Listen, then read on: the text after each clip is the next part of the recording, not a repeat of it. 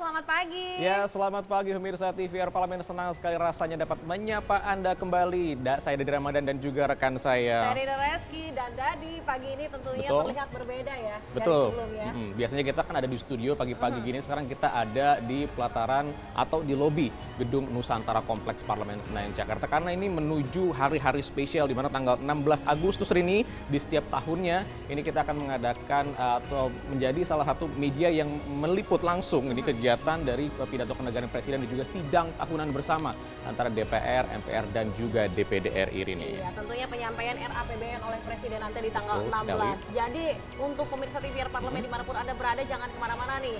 Tanggal 16 Agustus terus pantengin TVR Parlemen. Dan seperti biasa pemirsa, dalam 30 menit ke depan kami akan sajikan kepada Anda sejumlah berita nasional khususnya dari sudut pandang DPR RI. Dan Dadi, ya, ini sebagai referensi Anda ini untuk memahami dinamika politik yang ada di DPR RI, karena kalau kita membahas terkait dengan DPR RI ini kan banyak sekali tugas dan fungsinya yang selama ini kita sampaikan dalam bentuk paket-paket berita. Nah, ini kita akan memberikan juga seperti biasa pemirsa, jadi pemirsa tetaplah bersama kami di TVR 09 selengkapnya.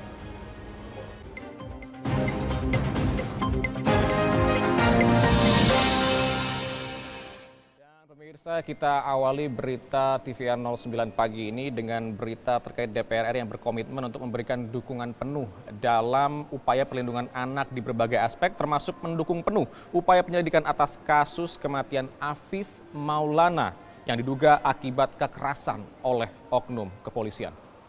Kematian Afif Maulana yang diduga akibat kekerasan oleh oknum kepolisian menambah panjang daftar kasus kekerasan terhadap anak di Indonesia. Komisi 8 DPR RI mengecam segala bentuk kekerasan terhadap anak dan mendukung penuh upaya penyelidikan atas kasus tersebut.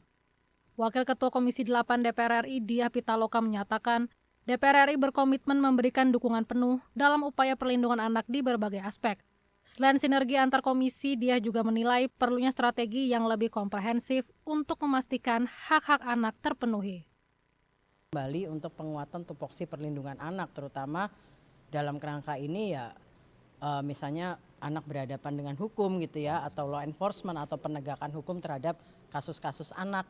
Ini juga menjadi perhatian kami di DPR, saya rasa tidak hanya di Komisi 8 tapi juga di Komisi 3 gitu. Jadi kita tentu berharap ada pendekatan yang lebih komprehensif, sinergis untuk memperkuat upaya perlindungan terhadap anak Indonesia. Sementara itu, Komisioner KPAI Dian Sasmita mengapresiasi dukungan Komisi 8 dalam mengawal kasus ini. Ia menegaskan bahwa setiap anak, termasuk yang berhadapan dengan hukum, berhak mendapatkan perlindungan dari segala bentuk kekerasan. Tadi data dari KPAI juga sudah mencatat 2 tahun terakhir ini ada laporan 7 anak mengalami penyiksaan ketika proses hukum. Ini artinya adalah pelaksanaan hak mendasar itu belum menjadi mainstream di penegakan hukum. Ini PR. Oleh karena itu kami KPAI akan mengawal ini semua supaya ada perubahan kebijakan, perubahan regulasi dalam penanganan anak. Ken dan Teddy, TVR Parlemen, melaporkan. Baik pemirsa, kita beralih ke berita selanjutnya dari Komisi 11 DPR RI yang menekankan kemudahan akses kredit usaha rakyat yang perlu diikuti pengawasan ketat. Di sini pemirsa, OJK dan juga perbankan perlu diminta untuk mengantisipasi penyalahgunaan kredit usaha, terutama untuk judi online. Anggota Komisi 11 DPR RI Marinus Gea mendorong OJK dan perbankan untuk memperkuat pengawasan terhadap penyaluran kredit usaha rakyat guna memastikan penggunaannya tepat sasaran. Marinus mengutarakan peningkatan penyaluran kredit bagi pelaku UMKM memberikan dampak positif terhadap perekonomian di Provinsi Bali. Oleh karena itu, perlu monitoring terhadap penyaluran kredit agar UMKM, termasuk yang dibina oleh Himbara, dapat terus berkembang. Marinus berharap kemudahan akses kredit dapat meningkatkan produktivitas sektor UMKM. Ia juga meminta OJK dan perbankan untuk mengantisipasi penyalahgunaan kredit usaha, terutama untuk judi online. Khususnya kepada pelaku-pelaku UMKM. Ya, pertumbuhan ekonomi di UMKM ini juga sangat signifikan, pelaku-pelaku UMKM juga bertambah baik. Tapi yang perlu diantisipasi adalah bagaimana dengan penggunaan kredit yang dipinjam oleh masyarakat, terutama KUR, yang hampir semua bank di Bali ini penyaluran kredit KUR-nya cukup baik sekali, melebihi di atas rata-rata target. Nah, apakah penggunaan KUR itu mesti dimonitor? Apakah benar KUR ini digunakan untuk kepentingan-kepentingan yang produktif, ya?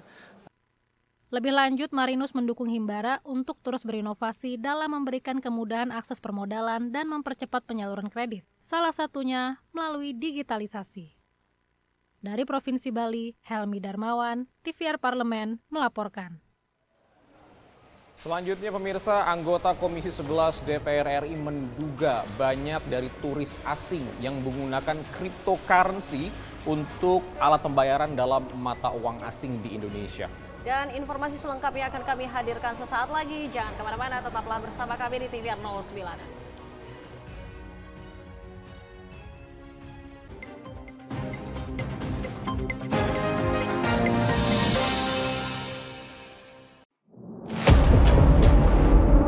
Sini ditambang. Konflik yang terjadi, Sini tidak mengizinkan.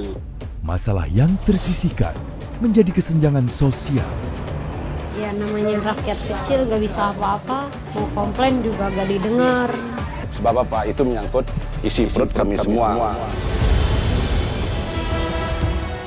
Bagaimana memutus keterbatasan untuk didengar? Jadi kalau misalnya masyarakat sudah merasa tidak lagi ada yang memperjuangkan aspirasinya, maka masyarakat memang sangat berhak untuk meminta dewan yang mewakili mereka di parlemen. Kami menyusuri batas-batas peristiwa, mengurai berbagai polemik yang terjadi, meluruhkan suara-suara marginal, menjadi nyata dalam setiap aspirasi, melaksanakan tugasnya sebagai wakil rakyat.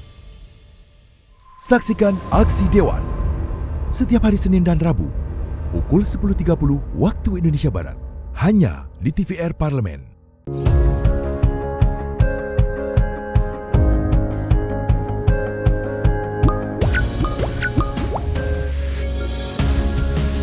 Sepertinya pada penasaran akan ada perhelatan besar apa di tanggal 16 Agustus nanti.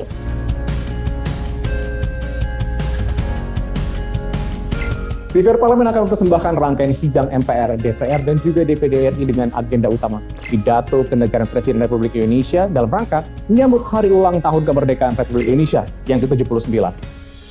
Tak hanya itu, kita akan membahas terkait dengan nota keuangan RAPBN tahun 2025, tentunya bersama dengan narasumber terpercaya dalam talk show spesial Merajut Persatuan untuk Indonesia Maju. Jadilah bagian dari momen perubahan ini dengan menyaksikan pidato kenegaraan Presiden Republik Indonesia dan juga sidang tahunan MPR, DPR, dan juga DPD RI. Hanya di TVR Parlemen.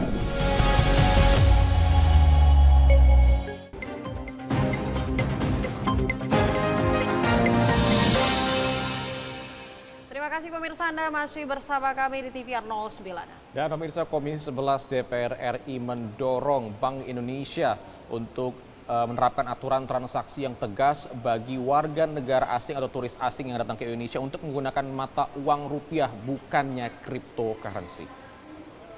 Kembalinya turis mancanegara ke Provinsi Bali pasca pandemi merupakan tanda positif bagi pertumbuhan ekonomi. Namun kehadiran turis asing tetap perlu diawasi, terutama dalam hal transaksi. Anggota Komisi 11 DPR RI Eriko Sotarduga mengamati banyak turis asing yang melakukan transaksi menggunakan cryptocurrency atau alat pembayaran dalam mata uang asing. Menurutnya, jenis transaksi ini sulit dilacak oleh Bank Indonesia sehingga dikhawatirkan banyak warga negara asing yang mengambil keuntungan dari peluang ekonomi di Bali. Eriko mendorong Bank Indonesia menerapkan aturan transaksi yang tegas bagi warga negara asing di Indonesia, yaitu menggunakan mata uang rupiah. Juga mengadakan kegiatan di Bali supaya itu bisa paling tidak membantu, dan itu terjadi dan sekarang sudah sangat pulih. Bahkan kalau kita melihat kemacetan yang luar biasa di Bali itu karena memang perekonomian sudah berjalan dengan baik. Kita sangat bersyukur untuk hal itu. Nah, hanya memang kita harus jujur, ada efek sampingnya dari ini. Ada saudara-saudara kita turis asing ini memanfaatkan ini untuk membuat perekonomian baru bagi mereka di sini. Padahal itu kan sebenarnya tidak boleh. Itu kan menjadi katakan jatah daripada orang Bali, WNI kan begitu. Bahkan mereka mempergunakan kripto menjadi alat pembayaran sehingga itu sulit untuk dilacak. Nah, ini yang kami sampaikan tadi kepada Bank Indonesia agar ini sangat berhati-hati karena kripto bukan berarti tidak boleh, tetapi di aturan di negara kita tidak boleh menjadi alat pembayaran, sama seperti mata uang asing juga. Lebih lanjut, Eriko mengungkap bahwa Bali memiliki potensi di sektor pertanian dan peternakan yang dapat dikembangkan sebagai penopang ekonomi baru selain sektor pariwisata. Dari Provinsi Bali, Dwi Utomo, TVR Parlemen, melaporkan. Dari Komisi 11 kita beralih ke Komisi 8 DPR RI, pemirsa, dan di sini pemirsa Wakil Ketua Komisi 8 DPR RI yaitu Dia Pitaloka mendorong perluasan kesempatan pendidikan dan juga lapangan kerja bagi penyandang Down syndrome yang juga memiliki keahlian yang beragam. 8 DPR RI menerima audiensi dari Persatuan Orang Tua Anak dengan Down Syndrome atau POTAS dan Caris Care untuk membahas keluhan terkait terbatasnya kesempatan belajar dan bekerja bagi anak dengan Down Syndrome.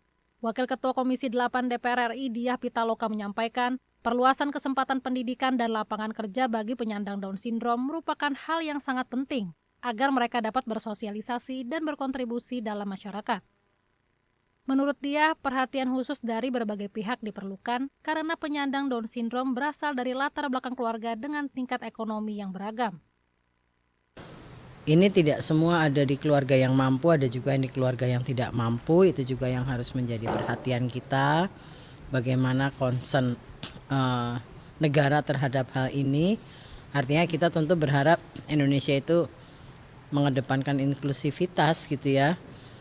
Kayak teman-teman Down Syndrome ini juga butuh perhatian.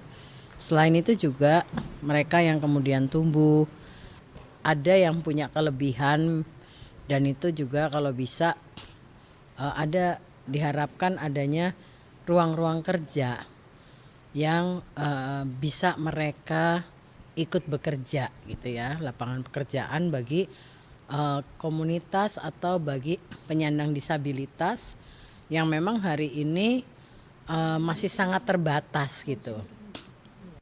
Lebih lanjut, dia berharap agar masyarakat dapat mengubah pandangan sosialnya terhadap penyandang Down Syndrome karena pandangan yang salah seringkali berujung pada perlakuan diskriminatif. Komisi 8 DPR RI juga mendorong Kementerian Sosial untuk lebih gencar dalam menyusun program-program bagi penyandang disabilitas. Arif dan Handoko, TVR Parlemen, melaporkan. Dan kita beralih ke informasi selanjutnya, pemirsa. Di sini anggota Komisi 4 DPR RI menekankan pentingnya untuk menghidupkan kembali Balai Biogen agar para peneliti dapat meneliti kriteria tanah di berbagai lokasi agar Indonesia dapat mencapai kedaulatan pangan nasional ke depannya. Untuk mencapai kedaulatan pangan nasional, pemerintah harus memperhatikan berbagai faktor pendukung. Di antaranya ketersediaan dan kemudahan akses terhadap benih, penguatan lembaga penelitian, pemberdayaan petani milenial dan regenerasi petani, serta kebijakan yang konsisten dan berkelanjutan. Usai diskusi bersama Ikatan Alumni Prancis Indonesia, anggota Komisi 4 DPR RI Endang Setiawati Tohari mengungkapkan, tidak semua benih cocok untuk semua jenis tanah, sehingga penting untuk menghidupkan kembali Balai Biogen untuk meneliti kriteria tanah di berbagai lokasi. Selain itu, Endang mewanti-wanti agar kebijakan pemerintah di bidang pertanian dan pangan sebaiknya tidak berubah-ubah setiap kali ada pergantian menteri. Untuk itu, program prioritas 5 tahunan perlu dijalankan secara berkelanjutan. Dorongannya saya ngusulin supaya Balai Biogen itu dapat dana lagi dan penelitinya kembali.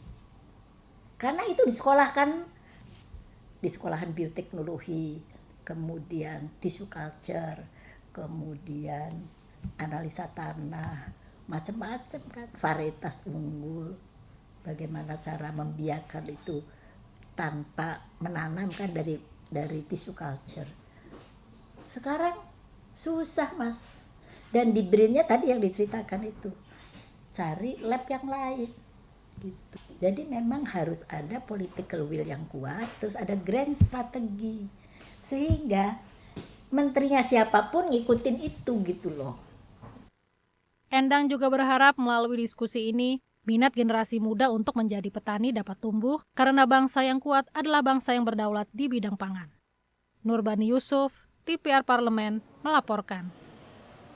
Pemirsa, Komisi 9 DPR RI mendesak BPOM dan juga Kementerian Kesehatan menggalakkan sosialisasi bahaya konsumsi garam, gula, dan juga lemak berlebih. Dan tentunya ini adalah seiring maraknya kasus gagal ginjal dan juga cuci darah bagi anak-anak nih Rini. Betul sekali. Dan informasi selengkapnya akan kami hadirkan sesaat lagi. Jangan kemana-mana, tetaplah bersama kami di TVR 09.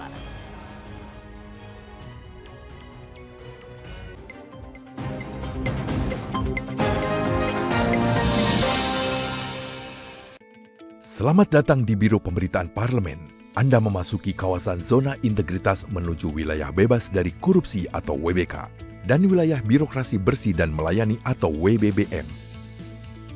Biro Pemberitaan Parlemen berkomitmen penuh untuk mewujudkan wilayah bebas korupsi dan wilayah birokrasi bersih dan melayani. Komitmen kami, pejabat dan jajaran memiliki komitmen tinggi untuk mewujudkan WBK dan WBBM melalui reformasi birokrasi, khususnya dalam hal pencegahan korupsi dan peningkatan kualitas pelayanan publik. Kedua, bebas dari korupsi dengan terwujudnya wilayah bebas korupsi atau WBK, yang artinya bebas dari KKN, gratifikasi dan dari segala bentuk pungutan liar atau pungli. Terakhir, pelayanan prima dengan terwujudnya wilayah birokrasi bersih melayani, yaitu dengan meningkatnya kualitas pelayanan publik dan tercapainya kepuasan masyarakat terhadap pelayanan.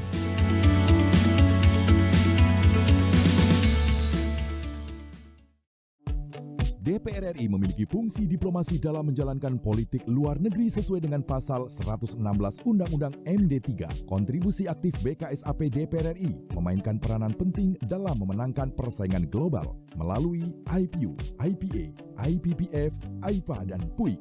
BKSAP memiliki komitmen yang tinggi dalam krisis kemanusiaan dunia.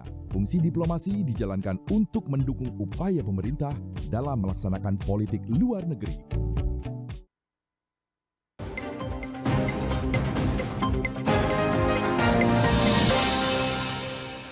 Baik pemirsa, seperti yang tadi Dadi bilang, sedang marak terjadi pada anak-anak nih tentang cuci darah dan gagal juga ginjal ya. Dan tentunya konsumsi garam, gula, dan juga lemak pada anak yang berlebihan dapat berdampak buruk bagi anak-anak menjadi penyebab utama berbagai penyakit serius dan juga membutuhkan biaya perawatan yang mahal dan juga pemulihan yang cukup lama tentunya Rini.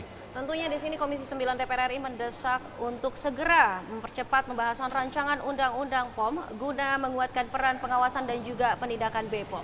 Dan berikut kita simak laporan mendalam yang telah dihimpun oleh tim redaksi TVR Parlemen dalam segmen editorial Parlemen. Berikut ini.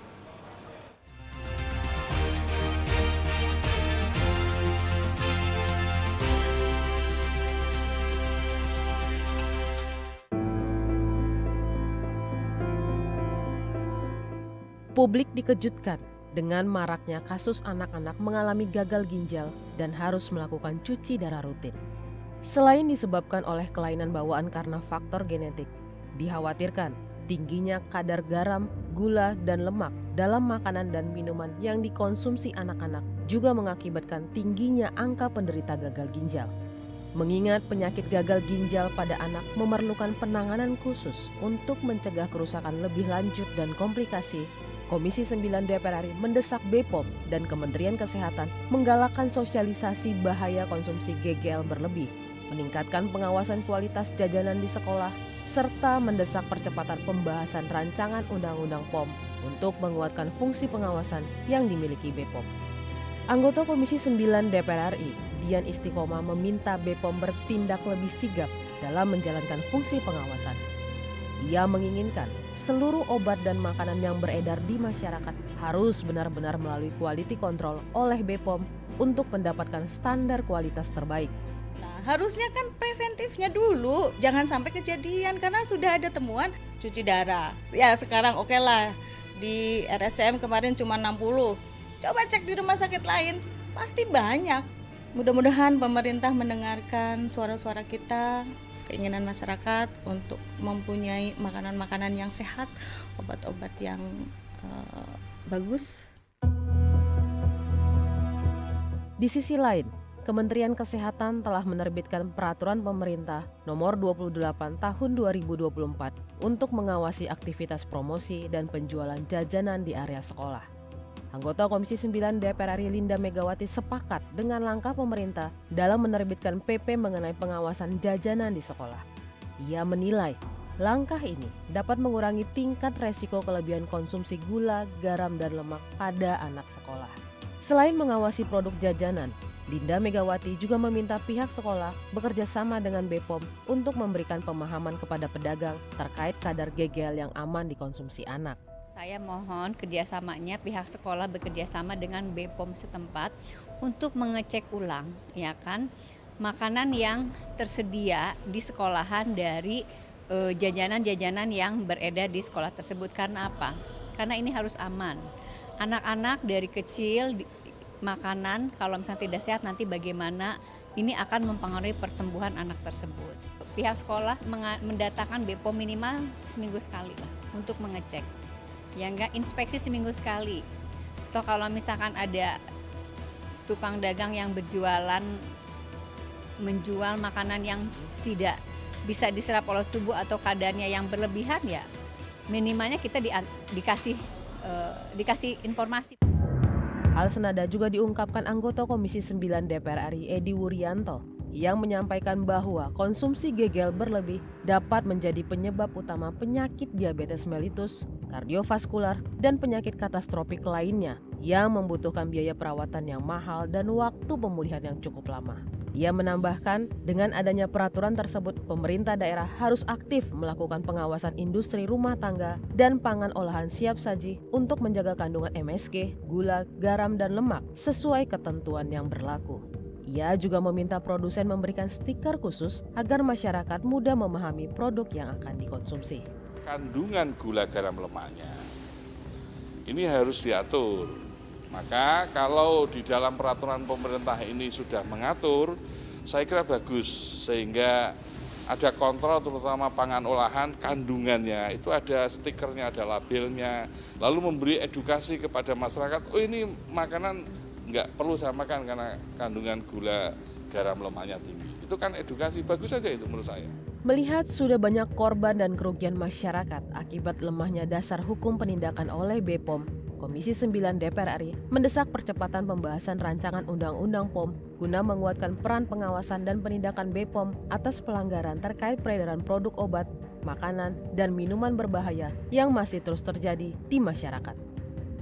Redaksi TVR Parlemen melaporkan.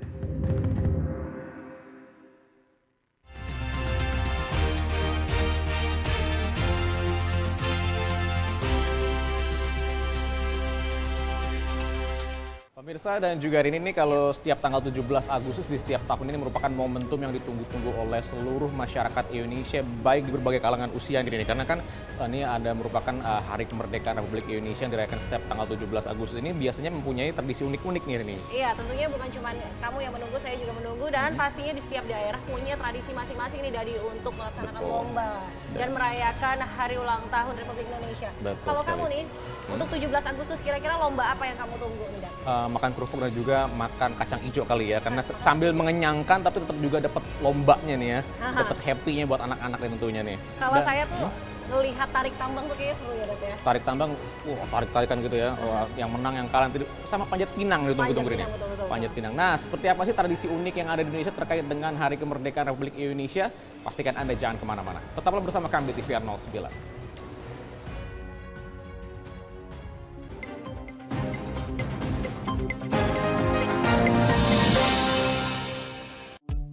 DPR RI memiliki fungsi diplomasi dalam menjalankan politik luar negeri sesuai dengan pasal 116 Undang-Undang MD3. Kontribusi aktif BKSAP DPR RI memainkan peranan penting dalam memenangkan persaingan global melalui IPU, IPA, IPPF, IPA, dan PUIK.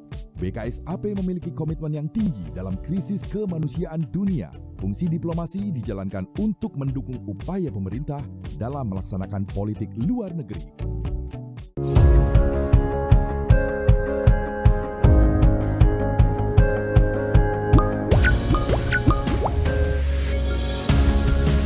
Sepertinya pada penasaran akan ada perhelatan besar apa di tanggal 16 Agustus nanti.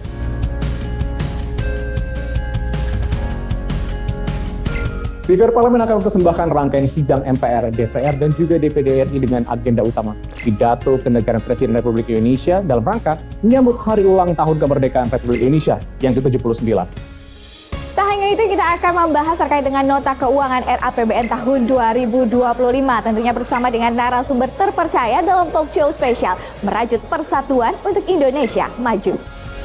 Jadilah bagian dari momen perubahan ini dengan menyaksikan pidato kenegaraan Presiden Republik Indonesia dan juga sidang tahunan MPR, DPR, dan juga DPD RI. Hanya di TVR Parlemen.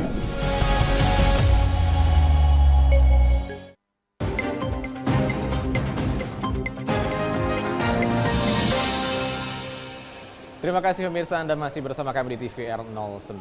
Kalau tadi kita membahas terkait dengan momentum 17 Agustus, Dadi, tentunya Hari Kemerdekaan ini salah satunya kita mengingat para pahlawan yang telah memperjuangkan kemerdekaan Republik Indonesia. Dan salah satunya juga nih Dadi, momentum 17 Agustus ini adalah untuk mempererat tali silaturahmi juga. Betul, sekaligus tadi juga pendekatan ini mengenang jasa-jasa para pahlawan, dan juga ternyata nih selain ada tradisi-tradisi unik, ini juga dekorasi pernak-pernik khas 17-an dan juga berbagai lomba yang unik di setiap daerah ini juga ada di setiap tanggal 17 Agustus di setiap daerah ini. Betul sekali, tidak hanya bertujuan untuk senang-senang, namun lomba-lomba ini juga menjadi ajang edukatif dan juga bermanfaat. Dan tanpa berlama-lama pemirsa, mari kita saksikan informasi dan tips berikut ini.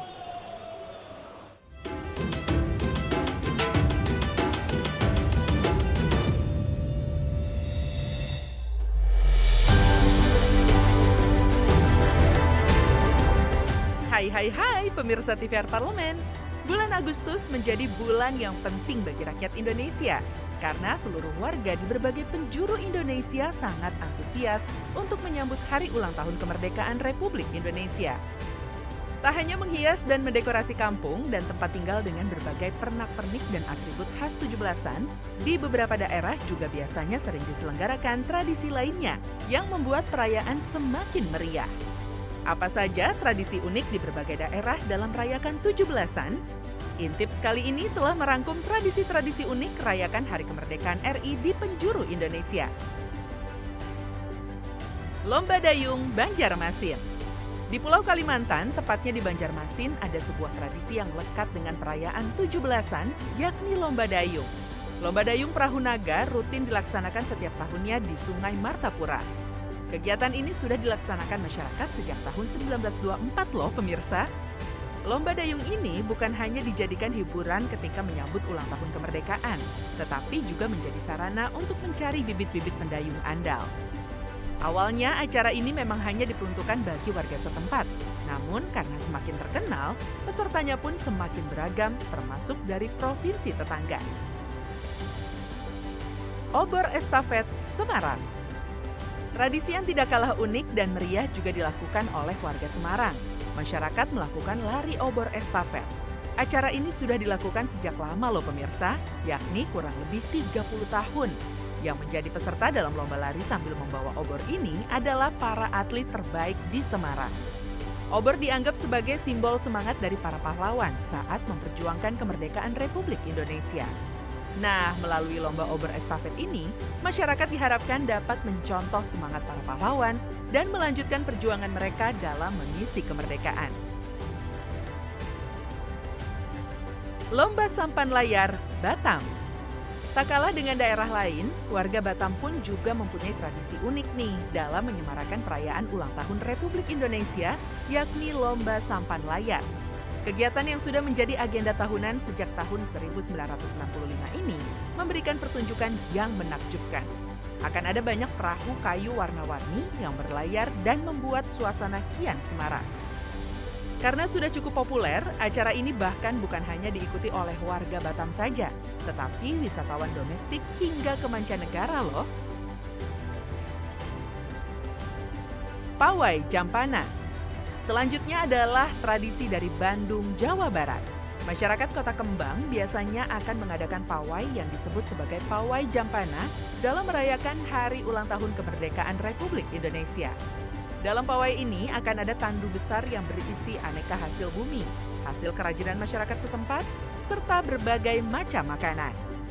Tandu tersebut akan dibawa oleh 4 orang. Nah, tandu yang ada di dalam pawai ini bukan hanya satu, melainkan ada puluhan. Hasil bumi yang ada pada tandu tersebut kemudian akan diperebutkan oleh peserta pawai dan warga yang ikut menyaksikan pawai. Lalu, makanan yang juga ada pada tandu akan disantap bersama-sama. Wah, sungguh wujud persatuan dan kekompakan yang luar biasa ya. Karapan kambing. Jika biasanya kita mendengar karapan sapi di Madura, ada pula karapan kambing di Jawa Timur. Tradisi ini mirip dengan karapan sapi, bedanya joki karapan kambing berlari di belakang kambing. Agar berlari dengan cepat, kambing-kambing tersebut dilumuri dengan balsam dan minyak angin pada beberapa bagian tubuh kambing, sehingga memberikan rasa panas. Salah satu daerah yang rutin menggelar karapan kambing adalah Probolinggo. Selain perayaan 17 Agustus, tradisi turun-temurun itu juga diselenggarakan pada musim panen atau perlombaan antar desa. Itu tadi tradisi unik di Nusantara dalam menyemarakan 17-an atau Hari Ulang Tahun Kemerdekaan Republik Indonesia. Tradisi-tradisi ini tentunya juga menjadi bentuk kebahagiaan bangsa Indonesia yang telah terlepas dari belenggu penjajahan. Semoga semangat nasionalisme semakin membara di hati kita ya pemirsa.